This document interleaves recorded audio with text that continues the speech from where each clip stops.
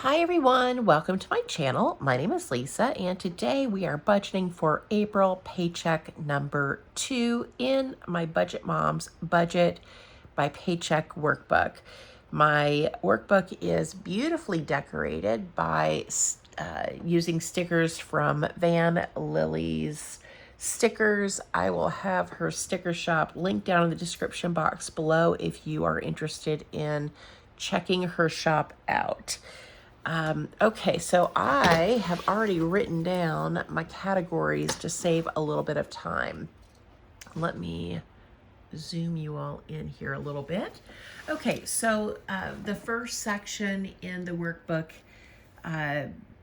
paycheck budget tracker, is the income. So I work full-time. I'm paid every other Friday, and my income is $1,500. Now, on the 21st, I will be paid from Google AdSense, but I have already done a separate budget for that, which you guys would have already seen. So $1,500 is everything that I'm expecting income-wise. So the first expense is my rent, and our rent is $800. I live with my daughter and we split the rent in half. So my portion of the rent is $400. So what I'm going to do is set aside $200 for rent this paycheck. And then when I'm paid the next time on the 26th, I will set aside another $200. Then we have the electric bill, and I budget $50 per paycheck for the electric bill. My daughter contributes $100 on the first of every month, and I contribute $100. So my portion of the electric bill for this paycheck is $50. Then we have the internet, and my portion of the internet is $8. Then we have Hulu, and Hulu is going to be $50. So what I do with Hulu is I purchase a gift card, and I load that gift card on my Hulu account so that they're not drafting any money out of my checking. The only times during the month where money is drafted out of my account is when I deposit cash into my account and I am paying my electric bill and the internet bill manually.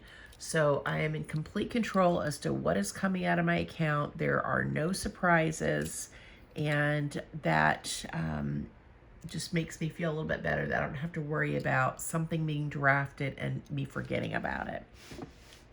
So I don't have many expenses for this check. Let's add this up. So we have $200 for rent. And actually, should I do $200 for rent? Actually, no. I'm going to do $400, and here's the reason why. My rent is due on the 1st, and this last month I paid on the 1st of April, and it did not set well with me to not have it paid a little bit early or have it even the day before. So I think what I'm going to do is go back to splitting the rent in half and me paying all of the rent, and then on the 1st of, what would that be, May, when my daughter gives me $600 for her portion of the bills, that will just go towards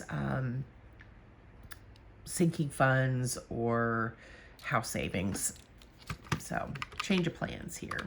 We're just doing this on the fly. So $400 for rent, $50 for electric, $8 for the internet, and $50 for Hulu is $508. So we're going to put in our total fixed expenses, 508. And then we're going to subtract that from 1,500 to see what's left over. So I still have $992 to budget. Then we're going to move on to my variable expenses. These are the categories that I keep in my wallet. And we have $992 left to budget. First category that I have is Walmart. I budget $50 per week. So that's going to be $100. And for the Walmart, that is anything that you could purchase at Walmart. So that includes food, household, toiletries, all that stuff fits into that $100 budget. I only purchase enough food for, one person. If I buy any meat, of course, Caroline and I kind of contribute to the grocery budget together, but she contributes $300 a month and I contribute $200 a month. Then for personal spending is going to get $34. Cleaning ladies, they are going to get $100 every day. Every paycheck that I have, they come the following Wednesday. Then we have gas for my car. I'm budgeting $40, so that's $20 per week. Fur babies are going to get $40, and health is going to get $20, so $10 a week. All right, so let's add this up. We've got $100 for Walmart, $34 for spending, $100 for cleaning, $40 for gas, $40 for pets, and $20 for health is a total of $334. Whoops, that was a little loud. So down here, we're going to put $334, and we're going to subtract that from $992. So that leaves $658 to be budgeted. Then we're going to scooch up here to my sinking funds. So $658. We're going to budget $40 for each one of my categories. So $40 for pets, $40 for car insurance, car maintenance, gifts, and Christmas. So $20 per week.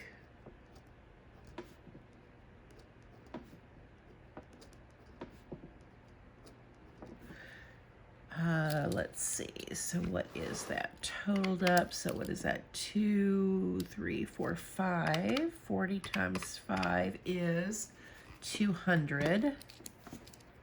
So it's total sinking funds of 200. Subtract that from 658 is 458. Then we're going to move down to extra savings. I don't have any debt. I'm debt free. Thank goodness. So we don't put anything there.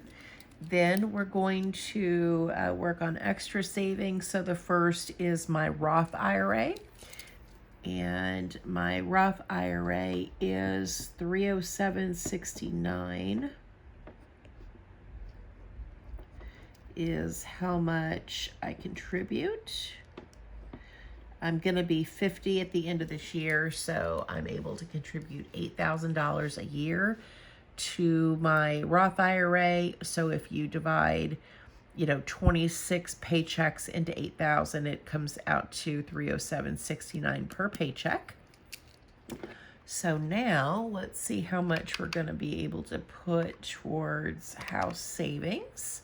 So 458 minus 307.69 is $150.31, which is not too bad. So let's just go through here again. Let me zoom back out, and I'm just going to add all of this up again to make sure that this is correct. So we have $1,500 for income minus $400 for the rent, minus $50 for electric, $8 for the internet, $50 for Hulu. Then we have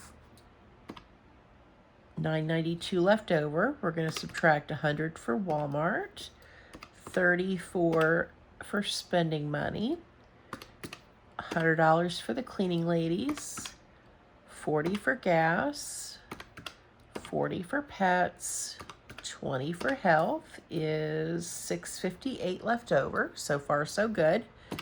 Minus $40 for pets, $40 for car insurance, $40 for car maintenance, $40 for gifts, $40 for Christmas.